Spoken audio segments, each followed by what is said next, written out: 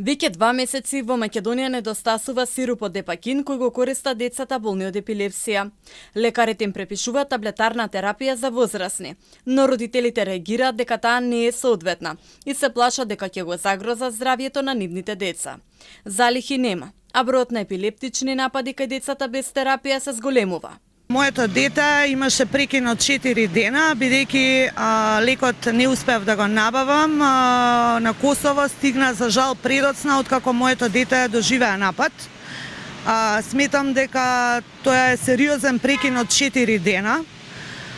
Искрено лично мислам дека голем дел од малите деца пациенти што го користат овој сируп заради неисправност и заради недостаток сигурно имаат напади, а некои сигурно се и животно загрозени. Ретки се оние кои можат леко да го купат во соседните држави, најчесто од Косово или од Грција, но и таму лекот почнува да го снемува од аптекарските рафтови.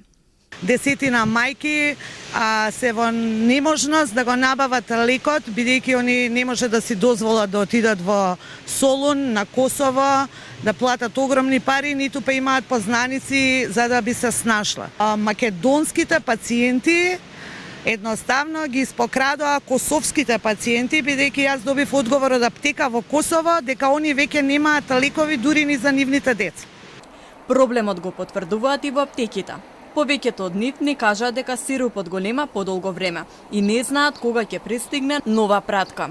Иако Депакин е на позитивната листа и во државна аптека чини под 40 денари, на приватно може да достигне цена од 600 денари, но моментално го нема. Сирупот има 2 дистрибутери во земјава, но и тие не даваат одговор. Наместо информации не упатија до нивното представништво, од каде по одговори не вратија назад кај дистрибутерите. Ова не е прв пат децата со епилепсија да останат без терапија. Со овој проблем биле соочени пред околу 2 години. Тогаш без терапија биле оставени 2 месеци.